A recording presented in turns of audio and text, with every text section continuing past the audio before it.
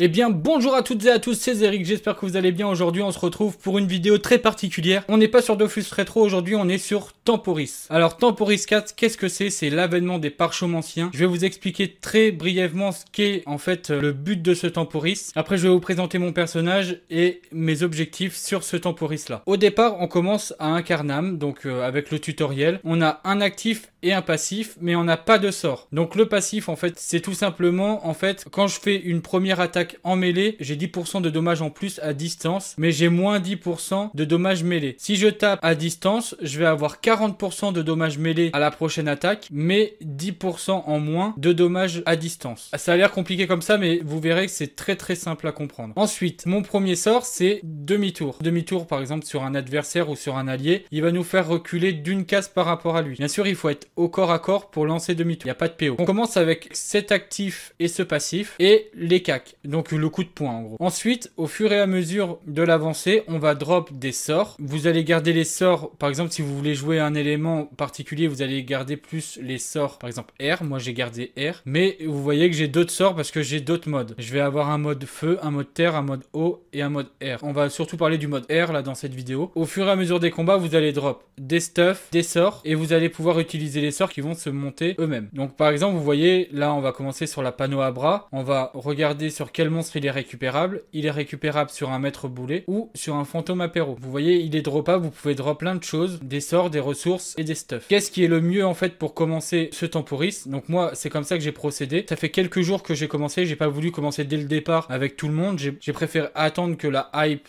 entre guillemets, baisse un petit peu, ce qui est le cas maintenant. C'est beaucoup plus agréable de jouer en ce moment. Il y a beaucoup moins de monde. L'inconvénient, c'est que les items ont été brisés, donc on peut faire un peu moins de runes, mais l'avantage, c'est qu'il y a moins de monde, donc au niveau des métiers, des mobs à aller taper, il y a beaucoup moins de monde sur les maps, le jeu est beaucoup plus fluide et il y a beaucoup de moins de latence. Donc comment j'ai procédé au départ? J'ai tout simplement ouvert mes points de succès. Donc comme vous pouvez le voir, en bas, il y a un Temporis et ça va vous indiquer la majorité, pas tous comme ils l'ont dit dans leur live, ça va vous indiquer la majorité des points de Tempoton que vous pouvez avoir. Donc par exemple, vous voyez à chaque palier, donc là, 10 quêtes, 25 quêtes, vous avez des Tempotons, 50 quêtes, etc. Après, il y a les avis de recherche qui rapportent énormément, j'en ai fait qu'un malheureusement, mais regardez, il rapporte 10 Tempotons par avis de recherche. Donc si vous voyez des avis de recherche, faites-les, c'est vraiment intéressant. Après, pareil au niveau des challenges, des quêtes, des niveaux, 50, 60, après tous les 10 niveaux, on prend des Tempotons, et plus on monte dans les niveaux, et plus on va prendre des Tempotons. Il y a aussi les vagues de donjons, donc la première semaine, on fait des donjons, la deuxième semaine, pareil, on fait les mêmes donjons, mais ça nous rapporte d'autres Tempotons, et la troisième semaine, donc la dernière vague, pareil. Plus vous allez débloquer de succès, en gros, et plus vous allez gagner de Tempotons. Qu'est-ce qu'il faut faire au départ? C'est faire un Carnam tranquillement pour pouvoir avoir un minimum de sorts, un minimum de stuff, parce que vous aurez au moins la panneau boon. Après, à Astrub, essayez de faire les quêtes d'Astrub au maximum, essayez de rejoindre une guilde ou de jouer avec quelqu'un d'autre, parce que j'ai commencé l'aventure tout seul, et tout seul, c'est horrible. Et après, j'ai retrouvé un ami. Je joue énormément avec Synth, la personne avec qui je joue le plus sur ce Temporis. N'hésitez pas à venir jouer avec nous, il y a de la place, vous êtes les bienvenus. À quoi servent les Tempotons? Donc au départ, les 10 premiers Tempotons servent à avoir un titre de parchemencien. Ensuite, un parchemin accélérant qui en fait est les parchemins de caractéristiques. Donc plus que vous allez avancer, plus vous allez vous parchoter. Donc inutile de se parchoter. Les parchemins accélérants sont vraiment top pour ça. Avancez plutôt dans vos Tempotons. Je vais vous passer les paliers vraiment importants. Je vais sauter un peu les paliers qui sont pas très intéressants. Les premiers Tempotons sont les plus durs d'après moi. Et après ça va tout seul. Vous voyez, je suis à 356 Tempotons. Mais les 150 premiers pour arriver jusqu'au Grifforis ont été les plus longs. Là, les succès commencent à se débloquer. Et les Tempotons aussi. Et ça va de plus en plus vite. C'est normal que vous trouviez ça long au départ, mais ne vous inquiétez pas, à partir de 150-200, ça vient beaucoup plus vite. Sachant que je joue que depuis 3-4 jours, donc c'est vraiment intéressant. Grifforis, donc il donne 150 vita, 15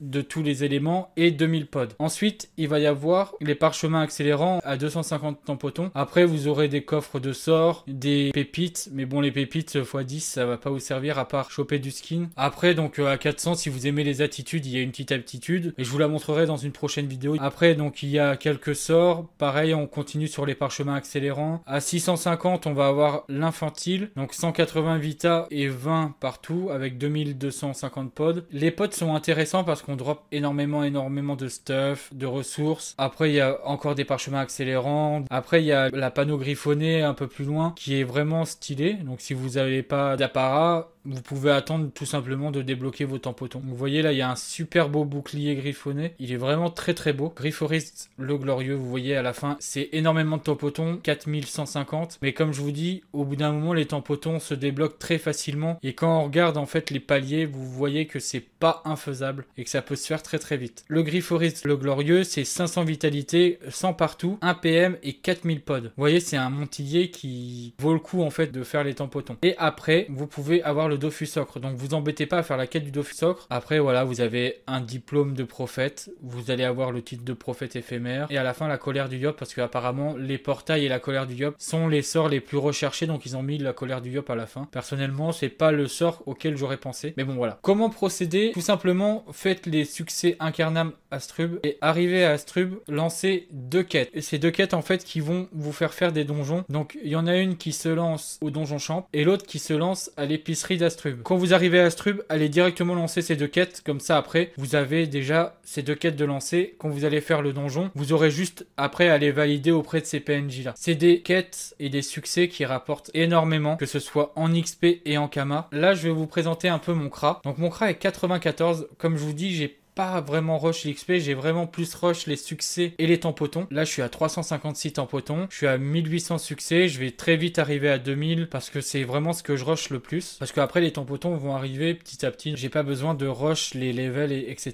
parce qu'en faisant des succès on va XP et en plus on va se faire des kamas. Mon personnage est R, là j'ai une panneau blob griotte royale, hein, c'est tout simple, je me suis pas embêté, un chapeau à Erdala pour avoir un peu de sagesse, un peu d'agi, un peu de vita, la cape du Tofufu pour avoir le PM et les 94 agi, et la baguette qui me donne 1 PM pour être en 8-6. Donc il faut que je chope le Gelano, mais pour le moment le Gelano j'ai pas encore les kamas pour l'acheter. J'ai commencé à monter un joyau mage qui est niveau 100, le pare-chômage qui se monte très facilement si vous droppez, essayez de dropper flou et aspiration à Incarnam et gardez-les. Le pare-chômage se monte très très facilement parce que les sorts se drop en grosse quantité et en plus maintenant ils valent plus rien. Donc s'il vous manque des sorts, vous pouvez les acheter. Et après je vais monter tous les autres métiers de FM pour pouvoir FM mes stuff plus haut level. Là ça sert à rien parce qu'on chope tellement de stuff qu'on prend le meilleur jet et on n'a pas besoin de forcément de les FM. Mon objectif c'est vraiment de faire un maximum de tampotons et mon objectif avant la fin de Temporis, donc c'est au moins d'avoir le dernier griffon. J'espère que cette vidéo vous aura plu, je vous dis à très bientôt, c'était Zerix, bye bye.